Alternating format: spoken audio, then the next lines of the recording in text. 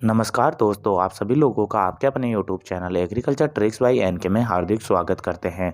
जैसा कि आप लोगों को पता ही है कि अपन ने एक नई सीरीज चालू की है जिसका नाम है एग्रीकल्चर ऑडियो, जिसके माध्यम से आपको एग्रीकल्चर के कंप्लीट टॉपिक ऑडियो के माध्यम से प्रोवाइड करवाए जाएंगे। तो चलिए विदाउट किसी टाइम वेस्ट के आज का वीडियो स्टार्ट करते हैं। तो आज का टॉपिक रहने वाला है टिलेज या भू परिष्करण को लेकर।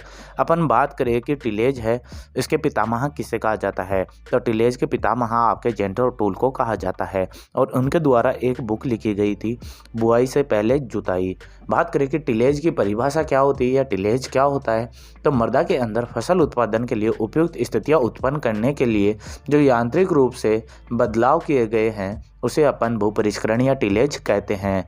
इसके लिए मृदा की कठोर परत को तोड़कर जड़ों के लिए अच्छे विकास के लिए मृदा को भुरभुरा बनाया जाता है।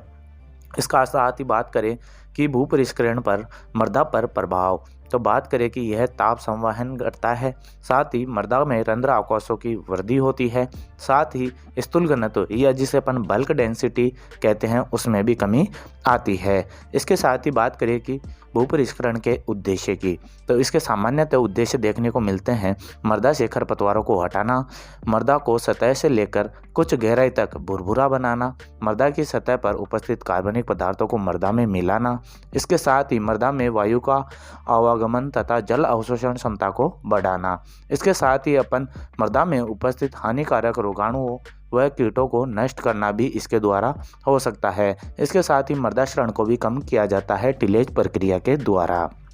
इसके साथ ही अपन बात करें कि भू परिष्करण के प्रकार, तो सामान्यतः आप लोगों को भू परिष्करण 3 प्रकार के देखने को मिलते हैं। बात करें प्राइमरी टिलेज जिसे प्राथमिक भू परिष्करण कहा जाता है, सेकेंडरी की बात करें कि द्वितीयक भू परिष्करण या सेकेंडरी टिलेज, और तीसरा आता है जीरो टिलेज। इसके अलावा अदर टिलेज भी आते हैं जैसे कि स्पेशल टिलेज हो गया, ऑफ सीजन टिलेज हो गया और मल्च टिलेज भी इसके अंतर्गत देखने को मिलते हैं। तो चलिए अपन बात करें कि सबसे पहले प्राथमिक टिलेज की। तो प्राथमिक टिलेज की अपन बात करें कि यह भू परिष्करण का मोटा रूप होता है जिसमें गहराई तक मृदा को मैन्युपुलेशन या उलटफेर किया जाता है ताकि मृदा में बुआई के लिए तैयार किया जा सके। इसके अंतर्गत जो मुख्यतः यंत्र उपयोग में लिए जाते हैं उसमें प्लाऊ हो गया, मोल्ड बोल्ट प्लाऊ हो गया, डिस्क प्लाऊ हो गया, सब प्लाऊ हो गया, चिज्जल प्लाऊ हो गया और रोटोवेटर भी आपके प्राथमिक भू परिष्करण के यंत्रों में शामिल होते हैं। बात करें कि प्राथमिक भू परिष्करण के अंतर्गत मिट्टी पलटने वाले हल कौन कौन से हैं, तो यह मिट्टी को काटते हैं, इसके साथ ही स्लाइड को उठाते हैं और मिट्टी को पलटने का काम करते हैं और मिट्टी को भुरभुरा बनाने का कार्य भी किया जाता है। यह सामान्यतः मृदा में काम में लिए जाते हैं। मिट्टी को गहराई तक भू परिष्करण के लिए काम में लिया जाता है। यह खरपतवार को नियंत्रण करने के लिए भी काफ़ी प्रभावी होता है। इसके अलावा अपन बात करें कि आपके डिस्क प्लाऊ की, तो डिस्क प्लाऊ यह चिकनी और कठोर मृदाओं या जिसे अपन भारी मृदा कहते हैं उनमें चिपकने वाली मृदाओं में काम में लिया जाता है। जिस मृदा में कंकड़ पत्थर अधिक होते हैं इसका प्रयोग किया जाता है, लेकिन यह खरपतवार नियंत्रण में मिट्टी पलटने वाले हल से कम प्रभावी होता है। इसका वजन अधिक होता है, यह हाइड्रोलिक सिस्टम द्वारा नियंत्रित नहीं होता है। इसका सर्वाधिक उपयोग काली मृदा तथा चिकनी मृदाओं में किया जाता है। अगर डिस्क प्लाऊ के एंगल की अगर बात की जाए तो उसका एंगल होता है 12 से 45 डिग्री। इसके साथ ही टिल्ट कोण की बात की जाए तो इसकी 15 से 25 डिग्री क्या होता है, आपका टिल्ट कोण होता है। अब अपन बात करें कि सेकेंडरी टिलेज या द्वितीयक भू परिष्करण किसे कहा जाता है, तो मिट्टी को भुरभुरा बनाना।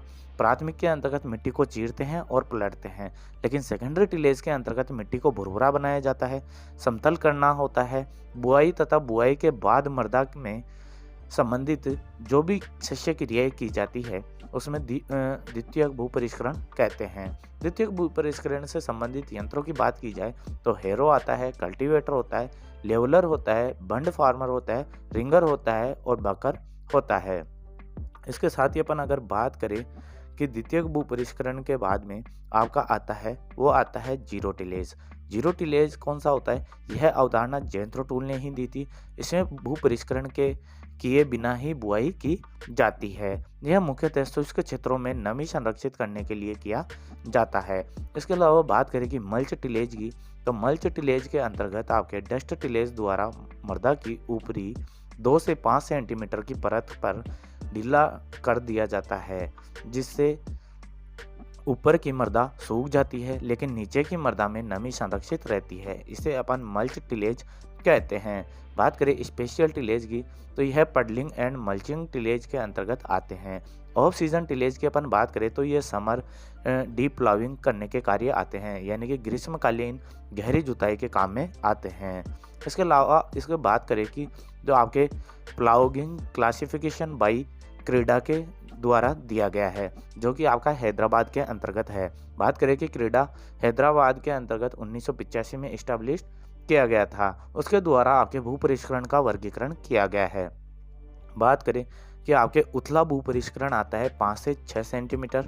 बात करें कि मध्यम भू परिष्करण आता है 15 से 20 सेंटीमीटर और गहरा भू परिष्करण आता है 25 से 30 सेंटीमीटर के अंतर्गत। यह सामान्यतः जानकारी थी आपकी जो आपके टिलेज को लेकर। तो आई होप फ्रेंड्स, अगर आप लोगों को यह वीडियो पसंद आए तो ज़्यादा से ज़्यादा लाइक करें और शेयर करके बताएं कि आपको कैसा लगा। Thank you friends.